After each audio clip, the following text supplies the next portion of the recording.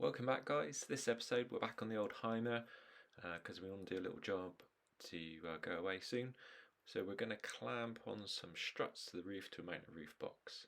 So we've got these nice Terralec, I think they're like lighting rigging clamps, but they fit on really nicely. Someone on the Classic Hymer's forum's done this already, so I'm just videoing the same job really. But you clamp them on, run some struts across, and then you can mount your roof box on top.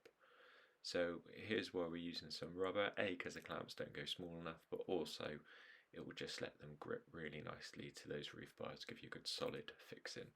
And you can move them, of course, if you want to. So that's what we're going to do. 3 clamps done, wing nuts off, and there's the 4th one, just cutting down the last bit of rubber to go on there. And then we've got this nice Tamlux roof bar. Oh, I do love my golf. So we're going to use these struts. They're kind of like an electrical installer strut, nice and strong. Again, recommended by another forum guy. And because they're slotted, they'll just sit down over those bolts. And we can just measure it up and cut it down, which we're going to do. And obviously we need to do 2 of those because we're going to mount the roof box across them. Just checking clearance on the Skylight because these pop up. Looks like I'm doing hedge trimming, but clearance looked okay. Here's the roof box, quite a big one. Had fun getting that up on the roof myself, but just put it there, had a little look. Looks okay. Again, looks like I'm trimming the hedge. Went for an older box because I think it kind of fits with the van style. And you can see we've got a tiny snag on the roof light, but it's okay. But what I did realise is because it's over the kitchen skylight, it does make the kitchen a bit darker. So I decided I was going to move it to the end of the roof over the bathroom skylight because don't go in there that much.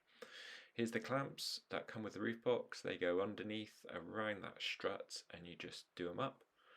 Cut the struts down, quick angle grinder job, and just seal up the ends with some zinc galvanizing spray. Obviously need to do 2 of those and get those back up on the roof over the slots, washer, spring washer, wing nut, and then you can see there's a problem because the wing nuts won't fit in the slots. So I later replaced those with M10 Nylock washers.